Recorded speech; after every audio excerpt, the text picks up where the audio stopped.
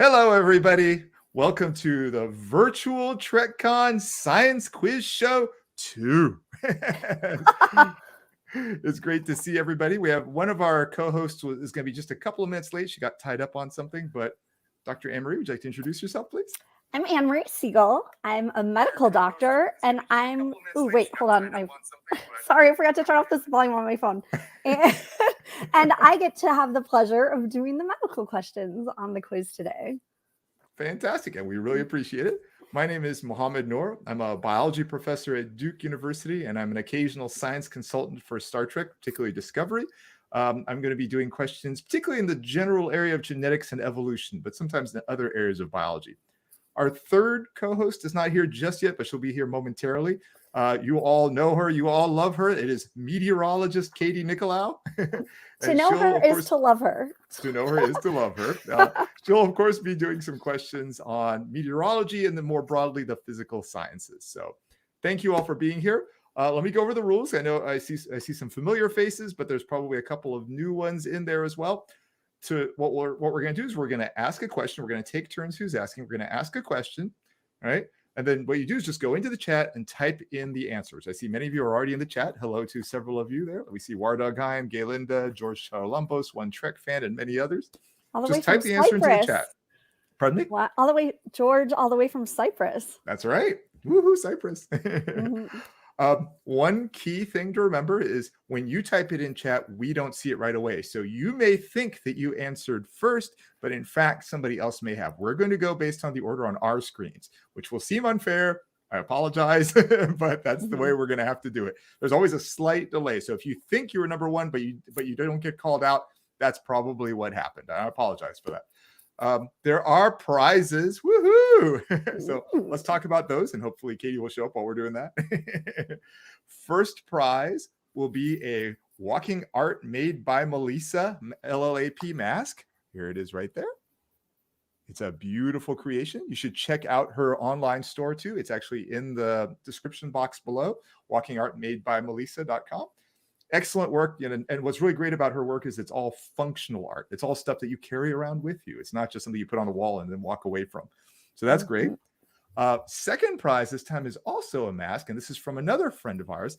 This is from the Be Kind merch. And it's this Be Kind mask, as you see here. This is associated with Pop Culture Hero Coalition, which is, as you may remember, Chase Masterson, Lita from Deep Space Nine. She's created this company. It's an anti-bullying company. So they have a lot of anti-bullying resources, mental health resources for kids, and activities for kids. So kudos to them. You can potentially get this mask associated with them. And third prize, it's a little bit less interesting, I apologize, is one of my little BioTrekkie magnets. It's a little fridge magnet with the BioTrekkie logo. So those are the three prizes that you'll be competing for. And what we'll do is each time we'll score the first three people who will answer a question correctly in chat. They'll get 1 point. It doesn't matter if you're number one, number two, or number three. It doesn't matter. As long as you're in the first three, that's what counts. And again, please remember the order that you see in the chat is not necessarily the order with which you receive it. So everybody ready to science? I see a lot of great comments here. And also, even if you missed the first few, it's really anybody's game the whole time. Oh, excellent point. I'm glad you said that. I put that in the chat way earlier. One of the winners from last time, that's something I need to come back to. One of the winners from last time actually joined halfway through and still ended up being in the top three. So really, really give it a shot, even if you don't know the first couple.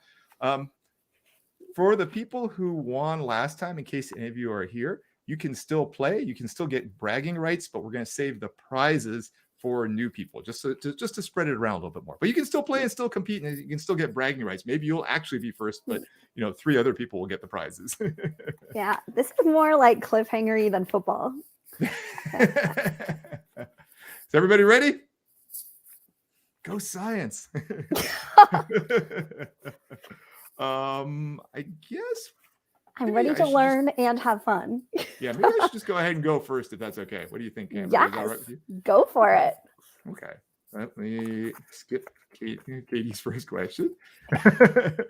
All right, I'm going to zoom in on the first question for you guys. Somebody said the prizes are the friends we made along the way. That's epic. I love that. Go for that one. Okay. Thank you, Medallion. Science on and ready. All right. There's no shipping. Here's the first question. Torres, this is B'Elanna Torres, of course, is a Klingon-human hybrid and has ridges similar to a Klingon. Because of this, Klingon ridges are thus said to be genetically what?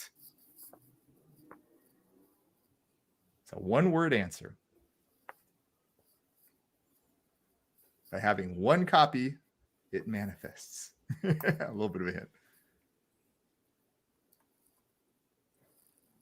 I see some answers popping in.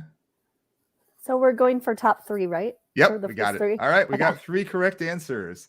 The correct answer there is dominant, genetically dominant. So kudos to the folks who got that. I believe it was Wardogheim, Galinda B, and George. Good job, you guys, for getting that. So let's talk about dominance for just a second. This is something that came up in the context of B'Elanna's child, Morale, like when she was still pregnant with her. The doctor made a comment saying Klingon ridges are dominant and thus, can persist over multiple generations.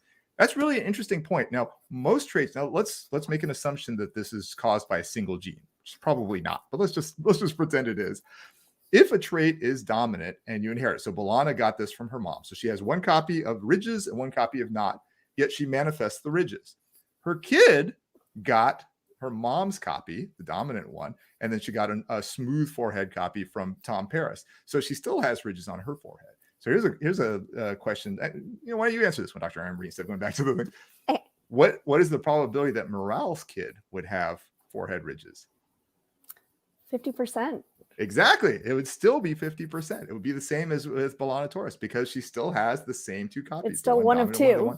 Exactly. So that's the nice thing about dominant is it doesn't really dilute. It's just basically if you have the one copy, you fully manifest the trait. So thank you for that. So cool. I love that. All right. So that we've identified our winner for that one. Are you ready to go ahead and do one now? Yes. And virtual TrekCon, just because you're sucking up to the judges doesn't mean you're going to win. All right. I'm going to pull up the question and you feel free to read it. Okay. Okay, we're starting out easy. What drug did the Jem'Hadar soldiers require to survive? Ooh. Also, they claim this comes out of a frozen yogurt machine at Star Trek Las Vegas. It wasn't ivermectin, was it? I'm just kidding. Sorry.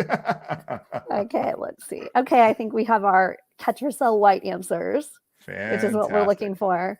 So the interesting thing about this is I always think of it in the context of the founders were genetically engineered the Jem'Hadar to become addicted to a substance. So you think of it like as a narcotic or like a morphine opioid type thing. But the really interesting thing when I read about it on Memory Alpha, which I didn't remember, is that they actually claim it also has an enzyme that Jem'Hadar need to survive.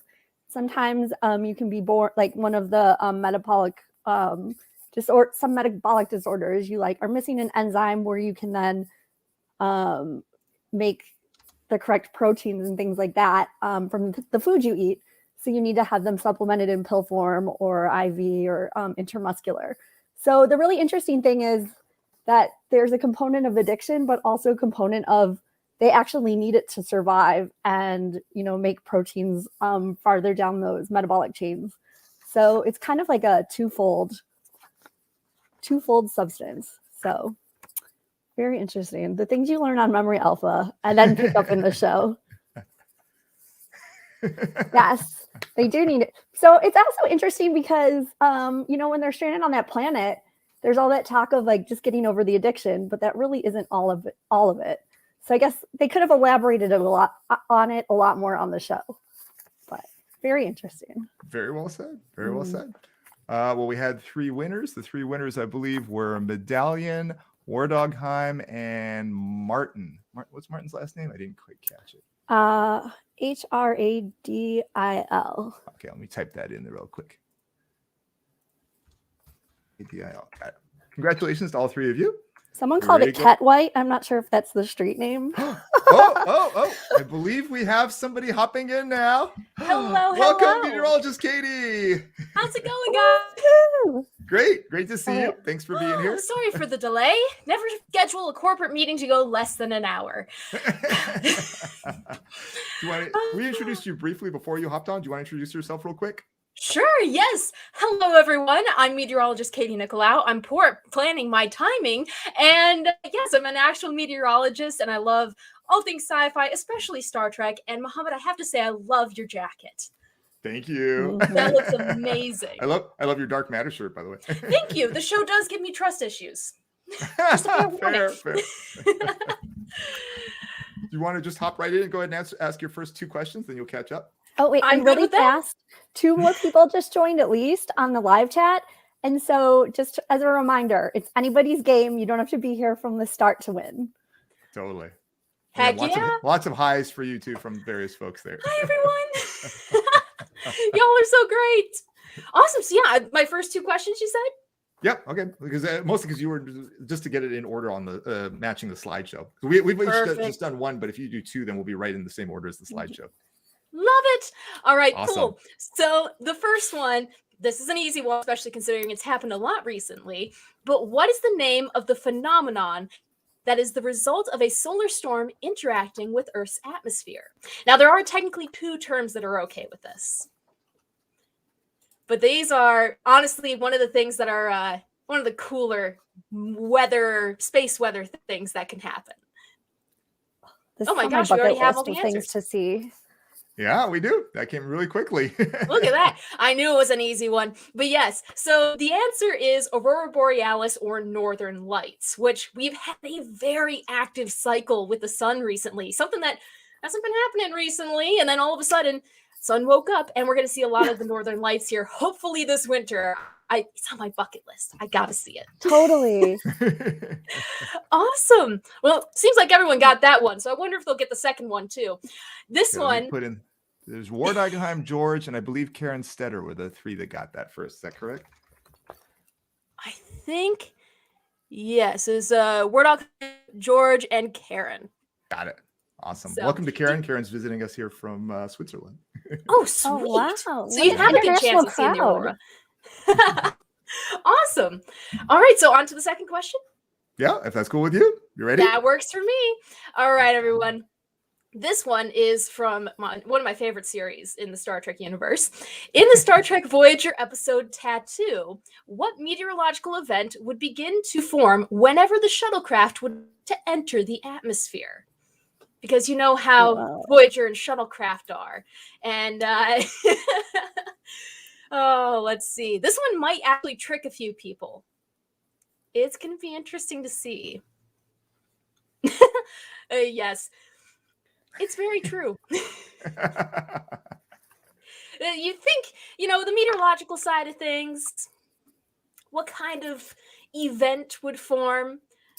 Ooh. We have some variation in the answers so far. I see some variations. I see some hmms popping up as well. I should have put this one as a medium or a hard. I wonder how many people actually watch Tattoo as much as I do. Probably not as many. I'll take. There's a couple that I'm willing to take. Okay. And then there's a couple that are interesting. But yes, I think we have all 3 right now. Kimber, Linda, and Louise all saying some variation of a storm, electrical storm, lightning. Mm-hmm. Yes, it was just a generic storm. See, I trick you guys. You think it's a tornado because of my track record, but no. But yes, it is just a storm. One of those go-to things to prevent the shuttlecraft from landing, disrupt transporters, and just cause chaos for about 44 minutes. Oh, wait. I love this answer that says some type of storm. Like Voyager always says, it's some kind of. Oh, it's yeah. some type of. It's true. You got electrical storm, a plasma storm, a meteor storm, whatever it may be. All right. Do you want to switch to you take score now? I've been keeping it up. Take so far. score? Yeah, if you don't mind. Happy to do so. Thank you. All right. I'll jump in with the next question. You guys ready? Yes. Which number are these? Because I think this is number 2. Oh, number 2. Sorry. The question number. This would be number 1, 2, 3, 4. I think this will be number 5 now. Perfect. Thank you. Thank you. No problem. Thank you. All right. In the original series of Star Trek, an incident occurs on Space Station K7, where a small bisexually reproducing species spreads throughout the station and throughout the Enterprise. What is this species? You need to give the genus and species name. No, I'm just kidding. Yeah. Do they have a Just genus kidding. and species name? I don't think so. I just made that up.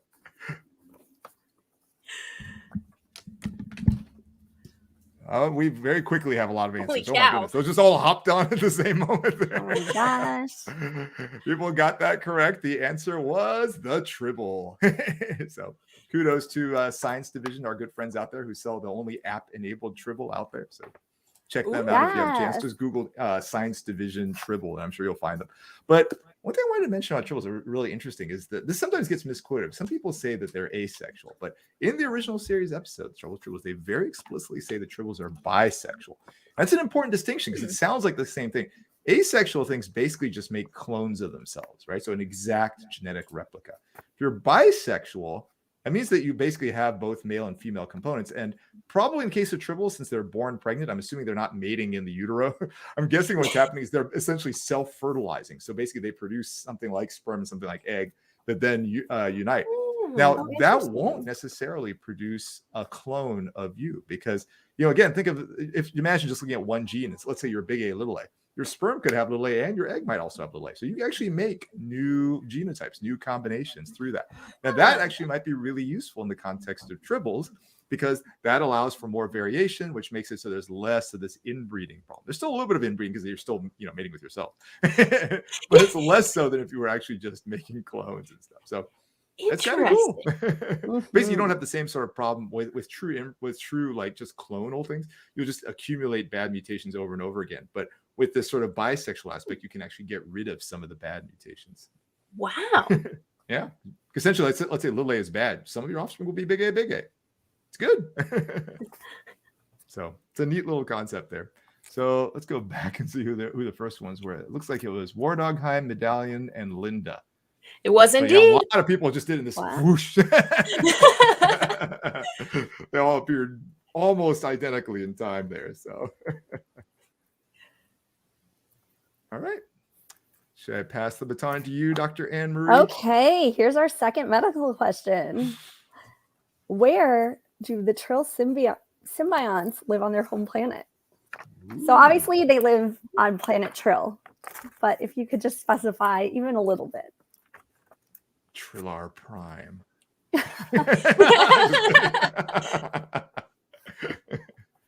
Trillar.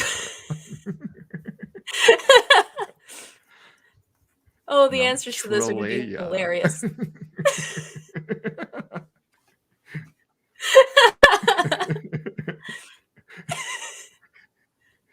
Okay. Looks like we got Looks like the right answers in there now. So I think, they are all kind of right. But the official name is the Caves of Makala. So I was sort of looking for caves, although within the caves, they are in milky liquid pools. So let's see. What should we accept? I didn't realize that it would be so tricky. I feel like it might be larger than a puddle. Yeah. Okay, let's do the caves. So Medallion, War Dogheim, and Louise A. Sounds Looks good. like on my All screen. right. So the interesting thing sort of is that, well, first of all, they can, once the symbionts are in the pools, they can, communicate with each other through these electric impulses. So you kind of need to have the right equilibrium of things in the pool for that to help. And also the symbionts, I assume, have to be in sort of an isotonic pond. That way they're not shrinking or enlarging by osmosis or diffusion of different ions. So I think that those the pond, what are they called? The guardians, I think in my headcanon, they have to sort of keep dipping in litmus paper, making sure the pH is just right, and taking samples to just do some tests, make sure the sodium count is good, so that those symbionts can just remain perfectly. And my guess is it's a very specific content because it has to keep that exact milky color, which all of the ponds seem to have. The Trill are basically tropical fish. Yeah, And exactly. It's like a pet shop. Exactly. Oh my gosh. I still love that question of how that symbiosis first started. What was the first thing that made some humanoid Trill swimming in the pond. They got zapped by the little electricity from the other Trill. It's like, I know your thoughts. Oh, I know. It's just like the mind reels. Exactly. Let me put you into my belly. Yeah. Ruffler. Little Austin Powers reference. Little goofball was climbing my chair. Aww. And now I'm going hang on. We blurry. have to spotlight you here. Oh my gosh, that's so cute. Okay. Say hello. I don't know how to. Actually, don't know how to do that. So. She's adorable. So cute. Chaos. Kind of like the answer to my next question. All right, I great can intro actually there. Not be blurry. I've been working on my transitions, I'll tell you that. So 5356, the Q continuum used a tornado to execute 2Q living on Earth. Call back to the last time we did this quiz show. What is the weakest rating a tornado can have on the Enhanced Fujita Scale? Ooh. Which could get interesting for people who don't experience tornadoes all that often. Ooh, all right. Well, I see the answers already popping up Ann here. Marie is in the chat too. In Kansas. Oh, I'll tell you what, Kansas gets some of the best tornadoes. But we do have the answer of EF0, which is unique because when you think about the Saffir-Simpson scale, which is the hurricane scale, that goes from 1 to 5, versus the EF scale for tornadoes that goes from 0 to 5. One little caveat that always trips up meteorology majors in the first class of the year. That's very cool. But yeah, usually EF0's super easy to survive. They don't really touch too much. They tip over trees and trash cans, but Do they tend to stay they're higher the up? kind. Yeah, they're the ones that are like very small. They're very weak. Their winds really aren't expected to do all that much, and so thankfully we can enjoy seeing those kinds. But then an EF5 happens, you can't really be excited because danger. But There's something I remember you've tweeted about this before. There's something that you sometimes see on the ground that's kind of spinning around like that. That's yes, you get multiple vortices. You get those suction vortices, and it's just it's so cool. If you guys haven't looked into meteorology, look into meteorology. But yes, the winners for that round: Medallion, Wardogheim, and George. Woohoo! Wardogheim is killing it this time. Oh, yeah. Heck yes. Has he been studying? I feel like it. Yeah. Oh, I know. Ann Marie's thinking because he was over here for dinner on Friday night. No, I didn't share any of the questions. All right. I think I'm up next. So here we go. In his first appearance on Star Trek, this person was described as a product of, quote, selective breeding. Ooh. This should be a pretty easy one, I think. Also this.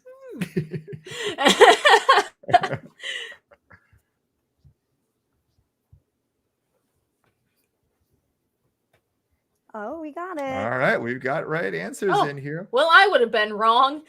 Oh, okay. Correct answer is Khan Noonien Singh. Originally from the Space Seed, and then later on in Wrath of Khan. And apparently has a relative coming up in And a short one of the track. upcoming series in Yes. Strange New Worlds. So that's pretty exciting. So I wanted to highlight this one because it's interesting. When we talk about, it's interesting because they changed the nature of what he was. So selective breeding is basically just deciding what breeds and what doesn't breed. This is essentially what's been done in terms of dog breeding, animal breeding, crop breeding for millennia at this point. I mean, you pick the thing that looks more poodle-like and you'll have it make kids, or you pick something that actually has juicy corn instead of things that are hard and tough like teosinte, which is where maize came from. That's pretty straightforward, but it involves many, many generations. Now, later in the Wrath of Khan, they kind of rebooted him a little bit and described him as more genetically engineered. Now, formally, selective breeding is kind of genetic engineering, but it's a very sort of passive genetic engineering.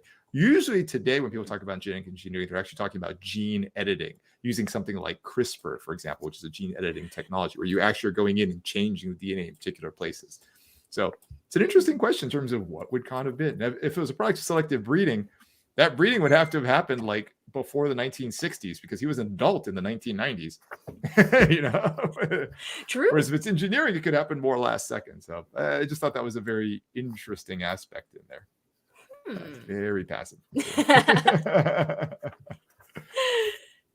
All right. Who are our first three on that? Let me scroll back. It looks like Wardogheim, Martin again. and Linda. And Linda again. Ah, okay. Ooh. Good job, you guys. We've got quite the spread on this spreadsheet here. I Oh, okay. know. Maybe after the next round, we'll give the so far scores. But again, One of the winners last time didn't score at all in the first half of the show. So keep on Yeah, trying. there we And they're only going to get harder. never give up, never surrender. Yes, absolutely. Are you ready, Dr. Ann Marie? I am. Awesome. Here Okay. you go. So the function of Cardassian cranial implants in operatives of the Obsidian Order was to produce blank that allowed the agents to resist torture. Ooh. Of course, it would be the Cardassians. It's a who think of chemical. that. Exactly. And of course, Garrick is the poster child for this. Lots of responses. Oh, we got it. Wow. Hey, wow. Wow, I am I'm impressed. so I wouldn't have known this impressed. one. Wow. It's like a particular term they happen to throw around. So endorphins is the answer I'm looking for. And it's basically your brain can release these hormones or neurotransmitters, chemicals that has different names. Like, for example, dopamine, epinephrine, norepinephrine, serotonin. And basically what happens is the neural terminals release these endorphins, and then they're picked up by neuroreceptors, which can be in your brain or gut or various places in your body. And then when the receptors receive them, you can get, like a fight or flight response if there's something scary happening, or if something feels good. Some people say it happens with exercise, and that's how you get a little bit addicted to exercise. Just like gives you a sense of well-being, and a lot of like psychiatric drugs work on these receptors to help with depression and things like that. So basically, or like heroin, things like that. They can work on some of these receptors. So you just have like a burst of well-being or feelings of euphoria. So I anticipate, or I imagine what the Cardassians do is make it so that you just get bursts of these chemicals at all times however they activate it. And that way, even if you're being tortured, it doesn't matter because it feels so good. That's kinky. Yeah. I have a question for you, Dr. Amber. Maybe you know the answer to this one too. Is this why sometimes people get that high in runs, but later in the run, not like right at first? Does it take time to build up or something? Or so I don't know if like enough has been done. Like that's what my head canon is, but I don't think it's been like exactly proven like at what point in the run, things like that. Like specifics, because my guess is like there's a variation for everybody. Well, and a side fact to meteorology, because I am trapped in this, but career-wise, I learned early on that petrichor, or the smell of rain, has the same effect. It releases those endorphins in your brain. And really? they're doing research right now to see if that can help treat depression. So when you were listing off this stuff, I was just like, I know this. Fascinating. That's great. Well, thank you both. Did we already say who the winners were? I don't think so. It looks like that was Wardogheim, Martin, and Karen. Karen Stetter. Awesome. All right. Are you ready to go, meteorologist Katie? Go. All right. Awesome. So on Rigel 10, snowstorms could include lightning, which surprised Malcolm Reed. What is the official name for this meteorological phenomenon? Have to show some Enterprise love. I love the NX-01. And I love this event. I've actually experienced it. It's fairly rare, and it's just freaking cool. Oh, yes. I love that people love the smell of rain. It's just such a calming, soothing scent. Yeah. Unlike this, in which case it freaks people out sometimes. I like Medallion's answer. Yeah, there you go. Wow, how did people know this so fast? I don't know. I had no blame idea. Jim Cantori because he made it super just into the mainstream. But yes, the answer is thunder snow. And it is an actual phenomenon. It happens in violent snowstorms, which you don't usually think of. Like blizzards, sure, there's snowstorms, but we're talking like snow is coming down 6 inches an hour. It's really heavy and wet, and it causes that friction in the atmosphere that results in the lightning. So shout out to Linda, and who else is on here? Wardogheim and Kimber, who got that one. Sorry, George, you came in just a hair too late. Oh, so close, George. You got this, guys. Ozone's a There you prime go. component of that post-train smell. All right. It's really cool. Well, let me jump in with the next question here, you guys. This crystal-like spacefaring Trek species that appeared both in the original series and in Enterprise, more Enterprise love, require temperatures around 200 degrees Celsius to survive. Oh, I'm sorry, George. Oh, I mean, you're close, so I think you got this. Like, just plug away. Yeah.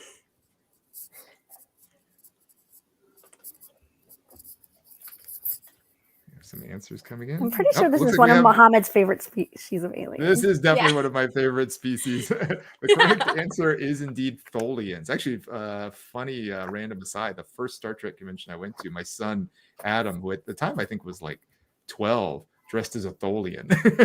Really? He had these little stickers. Cute. Yeah. So Tholian. Oh, it was epic. I loved it. My wife actually made the costume for me, which took forever. So Tholians are pretty cool. It's just because we don't usually see in Star Trek these aliens that have radically different temperature preferences, right? But Tholians are one of the exceptions in that regard. So that's pretty cool. I mean, the one exception, of course, that we do tend to see are these spacefaring species. Like, okay, yeah, the Gormagander, it lives in the coldest space. Okay, that's very, very, very cold. But you don't tend to see things that really require super hot, and Tholians is one exception to that. Now on Earth, some of the highest temperature tolerant species are found in these thermal vents, like in the ocean. And there's one species called Pyrococcus furiosus. The genus name there literally translates to fireball. Nice. Its optimal temperature is 100 Celsius, at which it reproduces every 37 minutes. Every 37 minutes at 100 degrees Celsius. Insane. And there's some species that actually prefer even higher temperatures than that. So pretty cool. Actually, so Medallion brings up an interesting question about the breen there. So breen is a funny one because the only time we actually, the one weirdness to that is when Wayun, I think it was Wayun, made this comment to what's his name, the Cardassian, but not Damar. Damar, thank you. Because I was actually going to use this as a question, but I think it went really somewhere. I think I took it out and thought I'd use it another time. I commented to Damar that actually, even though they're wearing these refrigeration suits, their tolerance is just the same as humans and stuff. So it's a little bit funny. Now, who knows? It's Wayun. Don't trust the source there, right? And one time, the intendant tells, I think, she's talking about Jennifer Sisko in the Mirror Universe. She's colder than a breen, like. Colder than an icicle on the Breen planet. There you go. Ultimate diss. Yeah. So let's see, who are the winners for that one? Let's see. Scrolling back, it looks that like one we had Medallion, Wardogheim, and Robbie McDonnell. Wow. Wardogheim is like, he's destroying it. Every question except for one has gotten a point. Wow. Insane. We'll see if you can keep it up. Good job, Bill. Do you want to go, Ann Marie, and then we'll do we'll do a quick recap. Yes. Okay. That's good. So I know I'm doing a lot of 90s heavy Star Trek, but that's because we did so much TOS last time. So what did the Cardassian Bureau of Investigation require each citizen to provide them with? This is from the episode Tribunal. Oh gosh. Episode reference in there. I need to go back and watch that episode. I feel like a bad nerd. I don't know. Vaccine passports. Oh, wait, I did know. I just thought I was wrong. Yeah, I'm totally accepting teeth or tooth. The answer, what they specifically, I know, what they specifically say is first molar, which I don't know if, I guess they take it for maybe they can extract some DNA and keep that on file, or it might be dental records, when somebody dies and they have to identify somebody, although that's usually with all of the teeth. Or maybe they keep, if the first molars on each side of their mouth for upper and lower are identical, then they can compare it to the other one that they didn't extract. Not entirely sure, but what a horrible thing. Can you imagine if they had to take one of our teeth to keep on file? And also that's a really extensive database. Well, I'm already missing a molar. I was born with same thing with my dad and his mom. All of us are missing the same molar. Oh, interesting. So, fun fact. But yeah, I would have 2 holes in my mouth. That's bull. Unless they already took it. I know. I was just thinking that. I was born on Cardassia. Yes. Oh gosh. Well, would we like a recap of the scores? Sure. Actually, who won this one first? Looks like We got Louise A, we got War Dog Heim, and we got Karen. perfect. Nice. Awesome. So- Yeah, let's have a recap of the scores, and I'll recap what the prizes are too, in case some people joined late. Awesome. So yes, I'll just go through the ones that have points if that's good with you guys. Perfect. Awesome. So David Gregory, 1 point. George, oh gosh, I knew your name by the end of the last name. By the end of the last one, we're just gonna go with George C, 3, Kimber, 2, Linda A, 4, Louise A, 3, Medallion, 5, War Dog Heim, 11, Martin, we got 2, Karen, we got 3, and Robbie, we got 1. Okay. Well, we have somebody clearly in the lead, but beyond that, it's anybody's game. Yes, Recap who knows? the- There might just be a random power outage, and anyone who doesn't have points could come on and just surge on through. Absolutely true. Absolutely true. And they're So only again, getting harder. That's true. The first prize is a walking art made by Melissa LLAP mask. Not this one, but you'll get a new one directly from her. So that's the first prize. That's such a cool looking mask. Second prize is also a mask. This one's from Be Kind Merch, which is associated with Pop Culture Hero Coalition from Chase Masterson. So there's one of those. Nice. Gorgeous. Oh, And Chase then- is so awesome. And then third prize, a little less interesting, is one of these BioTrekkie fridge magnets. Hey, My refrigerator look awesome. Oh, Yeah. you're very sweet. I'm on a mission to fill up every inch of my refrigerator with magnets, and yours is on there, and it's helping me out with that mission. honored. So Mhm. All right, Katie, you good to go for the next one? I'm on go. All right. All right. What Ferengi weapon seemingly harnesses the power of lightning to incapacitate their foes? I have to tell you, for some of your questions, I was so tempted to include a picture, and I'm like, no, that's a total giveaway. If you include the Yeah. picture. Exactly. I was like, I should maybe some pictures, but it would give it all away. They're totally giving it away. Oh. There's an interesting one. Ooh, yes. That is a That'd be pretty cool. cool. All Has right. the I think I'm going Tesseract to on take the this. top. I'm going to take this answer because it works. It's the whip. It's technically a Ferengi energy whip, but Oop, I clicked the whip wrong one. That one. counts. Cool whip. Yeah. Cool whip.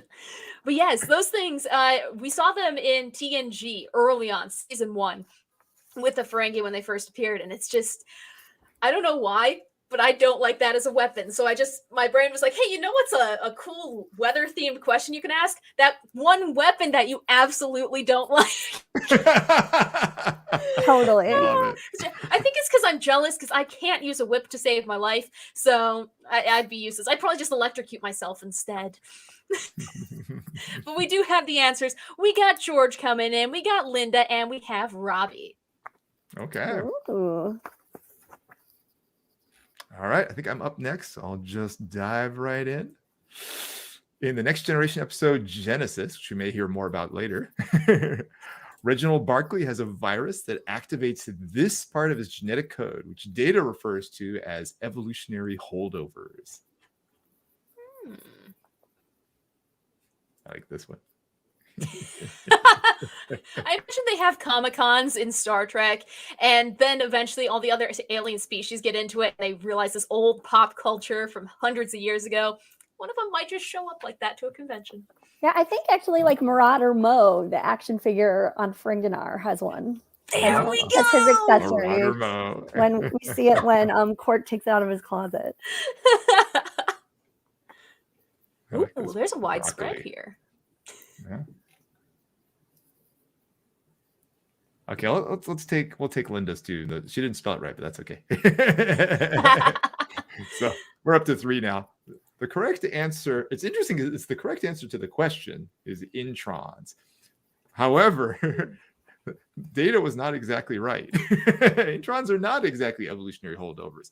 What those are called, the correct term for evolutionary holdovers, like genes that used to have a function in ancient ancestors and no longer do, those are actually called pseudogenes. So a great example of a pseudogene that we humans have is the vitamin C gene. So, we have to have vitamin C from our diet.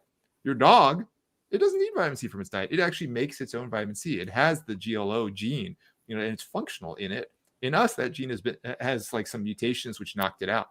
Probably what happened, if you go way back in our evolutionary history and some old primates, there was just so much vitamin C in their diet, it didn't matter when a mutation came up and knocked out that gene because they were getting enough vitamin C already.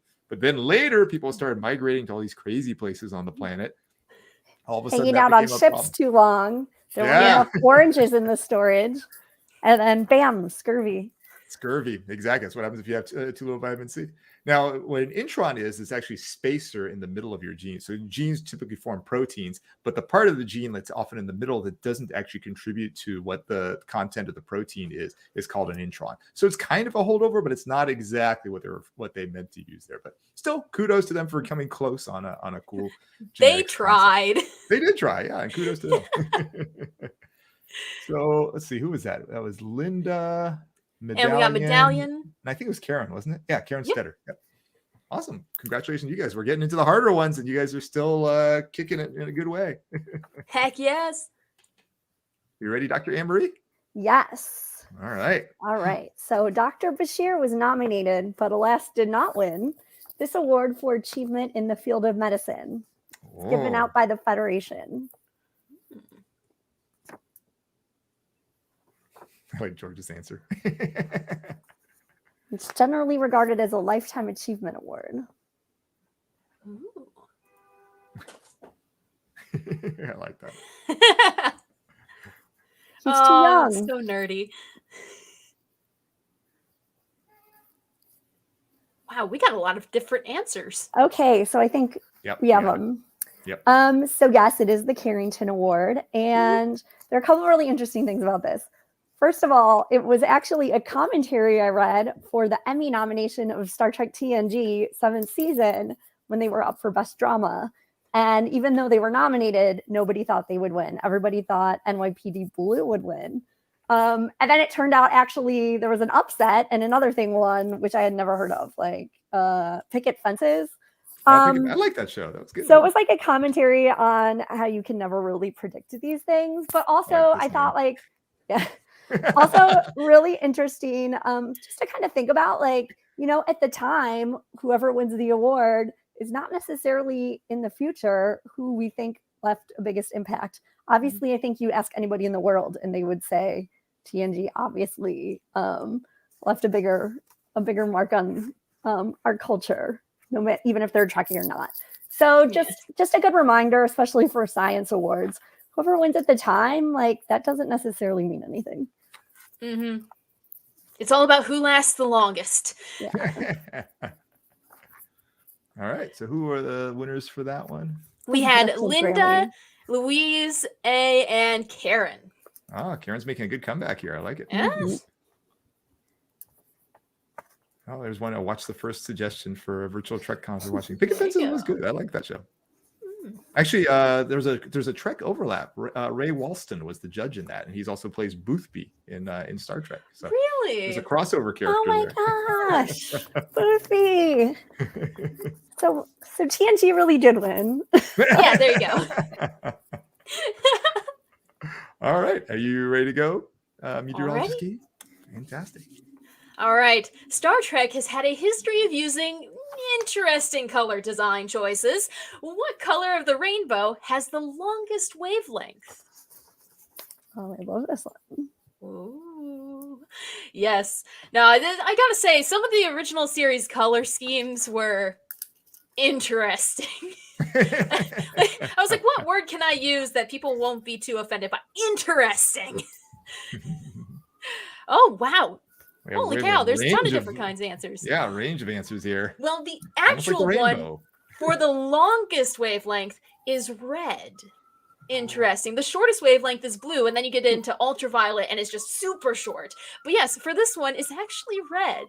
And, you know, Mohamed, you have a very nice wavelength there for you. Yeah. Also, isn't that like the shortest frequency? Isn't there like an inverse? Yes, you have wavelength and frequency, and they're very... It's always a trick on the multiple choice question. See, the thing is physics. That was actually a physics question for me in my physics class, and the reason I remember it is because I got a D+ in physics, guys. It just goes to show, don't let one class derail your future. And one question to haunt you for the rest of your days, which the answer to was red. So we have War Dogheim, who got that one. Also Martin, and we had Jen M. So awesome, guys. Awesome. Oh, it's okay. No. Nobody. But There's also, no it's failing still here. anybody's No game. failing here. Heck yeah. All right, let me jump in with the next one. This is an interesting one. I'll take a little bit of a range of answers there. It doesn't have to be exactly right. But how many years ago did the first life appear on Earth? Also quoted in the Next Generation finale, All Good Things. Ooh. You can be like plus or minus a year or two. Just kidding. Hilarious. Plus or minus an hour. Plus or minus an hour. Some answers are coming in. I'm glad the order of magnitude is starting off well. Yes. That's good.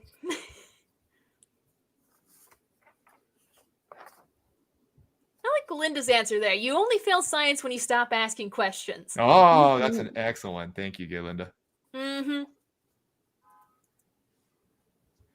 Ooh, it's definitely stumping people here. There's quite a range here. Oh, wait, I might know this one from a different source. Let's go ahead and call it here. I'll take anywhere from 3 to 5. So it's a broader range than I was thinking, but let's go ahead and take anywhere from 3 to 5, given the answers there. So the correct answer from the show, I believe, was 3.5. And part of these estimates, like the 3.5, 3.8, some of those come from like fossils, where they're actually like looking at that. But there's actually a lot of estimates based on like, you can imagine there's some like bacteria, stuff like that, probably leave no fossil record. So there's just the chemical evidence for life going a little bit further back. It's probably more like a little bit over 4. But, still kudos to them for like doing it based on the fossils. So 2 thumbs up to Star Trek for that. Awesome. So who are we giving this one to? Because War Let's Dog do had anything from 3 to 5. We'll take anything. So War Dog Honey said 3, it looks like. Louise said 5, and then back down to 4. Oh no, it's the same person. I didn't realize that. Okay, maybe we'll take. We'll go the 2.5. Let's take the 2.5. Sure. Sweet. So Kimber gets one there too. Kimber. Science, see? All right. Awesome. Are you ready, Dr. Ann Marie? Yes. All right. Okay, so now we're doing a Voyager question. What is the Ocampan equivalent of puberty? The name of it, of course, I assume. Oh, yeah. Yeah. All I can think of is mustard hands.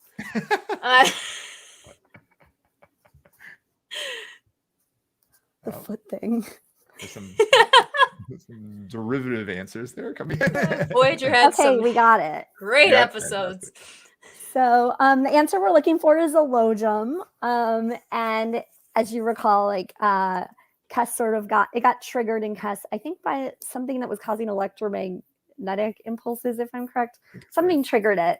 And what's interesting, and that's so that she can that's the age she can part of it. Start having children. Yeah, there was some pica involved, which is like the craving for eating a lot of times dirt or other minerals in pregnant women. But yeah, the interesting thing is like because it's hormonal, it can be triggered occasionally, sort of like also menopause.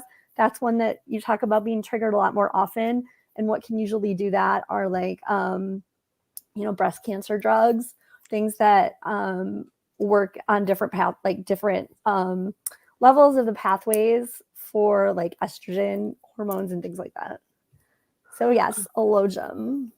Awesome. So who are the first ones on that? It looks like Martin again, Galinda, and George Charlumbus. Is that right? Yep. Awesome. Charlumbus. That's how you say it. I was waiting for someone else to say it first. Well, I'm hoping that's correct. I've never heard him say it. Mm-hmm. Are you ready to go, meteorologist Katie? All ready to go. Awesome. This may be, we'll see how time is. This may be our last round of 3, but we may also need tiebreakers, so we'll see. All right. What is the name of the Bajoran spacecraft that utilizes light pressure on a solar sail as a propulsion system, which actually is feasible? That's right. I think Eagle Moss makes this now. What's that? Eagle Moss makes a model of this now, I think. Oh, really? Fantastic. I remember seeing the hypothetical version that like uses a laser. Ooh, look at all the here. Yeah. Dracorex. Dracorex is in the house. Looks like we I got see lots people of right saying, answers. sorry, I'm late. You still have time to win. So you aren't too late. Oh, let's see. I think we got lots of answers, right? We have lots of answers, but Oh, do we not? only 2 that are correct. Sorry, let me go back. That thing that Cisco built. Yes. Yeah, I mean, it counts. Yeah. That's true. I guess you can't say solar sail when that's literally in the question. Yes, the solar sail is in the question. So it does utilize a solar sail. There we go. Okay, now we have them. It is a light ship, a Bajoran light ship, which actually utilized metal and wood. Fun fact. So I don't know how much I trust wood in space, but oh well. Yeah, Maybe a I saw a story- Bajoran species of tree. Oh. Yeah, it's like a space tree. I saw a story that these could actually be made using like a laser, like making these little tiny ships and putting a laser on it, and then they could actually get up to something like a quarter the speed of light. So that would be a way that, in theory, like within a couple of years, we could actually send like a mini probe over to a nearby solar system. I mean, not a couple of years, but like That'd be within cool. our lifetimes. At least for me, just barely. For you guys, easily within your lifetimes, it could Wow. make it. Hey, I plan on living to 100, so let's see if that works. There you go. You may get some far out solar systems. So who are the winners on that one? That one, we had Louise A, Linda A, and David Gregory. David Gregory. And you just recently watched that episode. It's a good reminder. Nice. Good to keep watching Trek because you might win more prizes that way. Yes. All right, let me jump in with my question. This one's a little bit of a longer one. I didn't do as long as last time. I kept them a little shorter. This one's a little bit longer. In Discovery Season 3, Su'Kal's genome was affected by the radiation, causing his genes to produce different amounts of gene products, affecting his development. This is called a blank change, when you're changing the amount of products genes produce.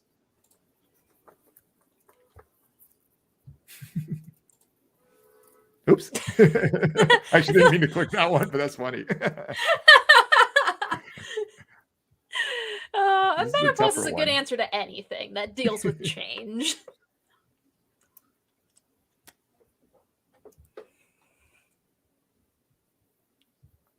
I like that, what Linda said.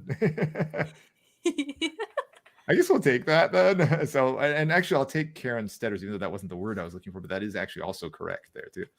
So the correct answer there is epigenetic. Though gene expression also works, so I'll take that as well. So it's interesting with a lot of sci-fi that often when you see these changes happening and it's somehow associated with genes, they always say, "Oh, he got mutations." Like mutations is not the way to go. You know, how would you get the same mutations in all the cells of your body all at once? Things like that. That's really not the way to go. Epigenetic changes basically is just a change in how much of the protein products is eventually being produced by these genes. And that's much more feasible because often our cells do respond in epigenetic ways to the environment. So you can imagine some kind of radiation just causing that. So that was some good science. Huh? Suntanning. Some good science slipped into an episode of Star Trek Discovery there. So let's go back up to the top there to see who got that. Let's see. It was Linda George Anderegg and Karen Stetter and George Charalambos. Yeah. Yep. Perfect. All right. Dr. Ann Marie, are you ready for this one? Okay, this is my last coming medical back to one. that same episode. Yes. Okay. So what disease did Barclay have named after him, which obviously is in the episode? One of our favorites, Genesis. Oh, actually, Karen has a good question here. If the genes are actually altered by radiation, is that not epigenetics anymore? That's actually correct. If you actually are changing the sequence there, that is true. Interesting. But that's not what happened with Su'Kal, thankfully. So. Oh, Linda Anderegg is protesting. We love you, Linda. I'm sorry.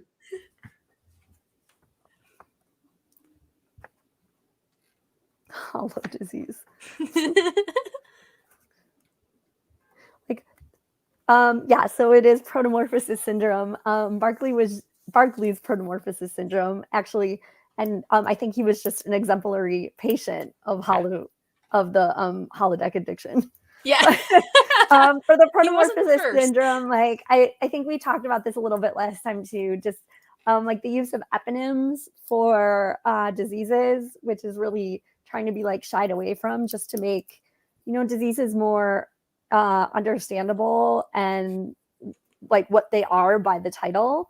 and also so that they're more universal, not just like Euro-based or like a region of the world, so that it's more like a, you don't need a universal translator within one planet to decide what the disease is. And then also, I don't know that it's really fair to associate the patient who had it with the disease and sort of like scar him or brand him for life. Yeah. So yeah, I think we're just shying away from eponym use. And so I doubt that much in the future it will still be used. Actually, I was looking at something just now, and Linda's correct. Actually, I miscalled it. Linda actually did have. Let's just give her a point too for the previous question. Yeah, I just missed her. I apologize, Linda. I don't know if protomorphosis syndrome would be abbreviated PMS. Oh.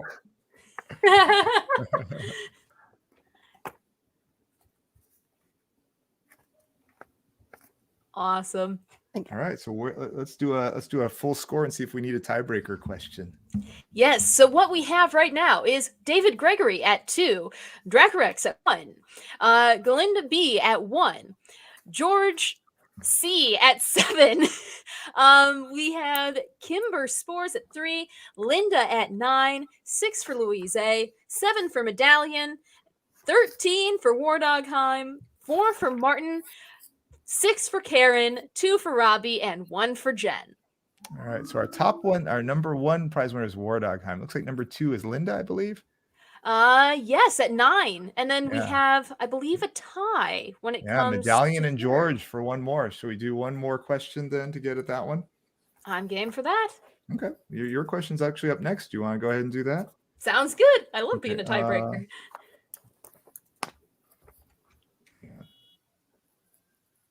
For some reason, actually, I can't pull it up. Do you want to just read it? I can't pull it up. Oh, yeah, sure. I got you.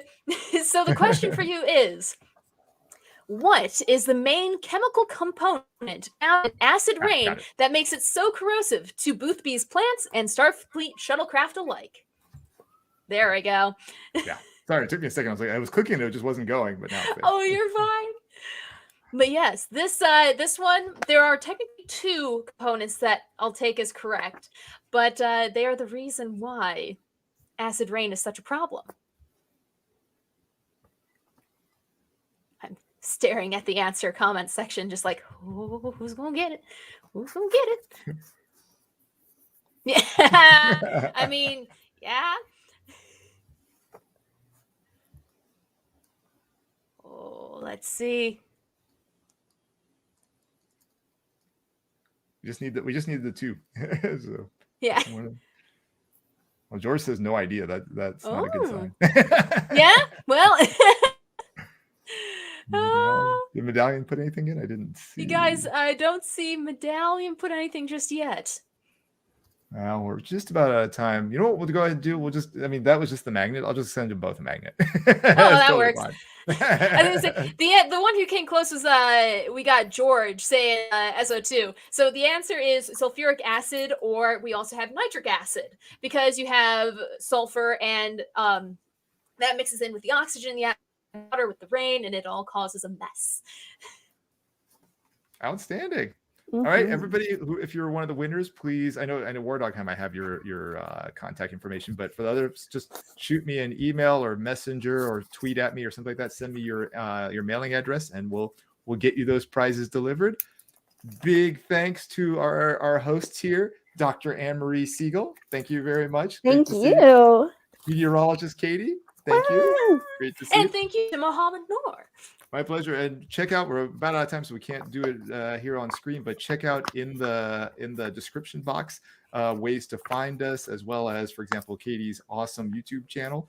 And live long and prosper. Keep watching the Virtual TrekCon. And thanks to the Virtual TrekCon hosts, especially Ryan T. Husk. We love him. Woo! Freeze frame. Just kidding. Take care, all. I'll see you all around.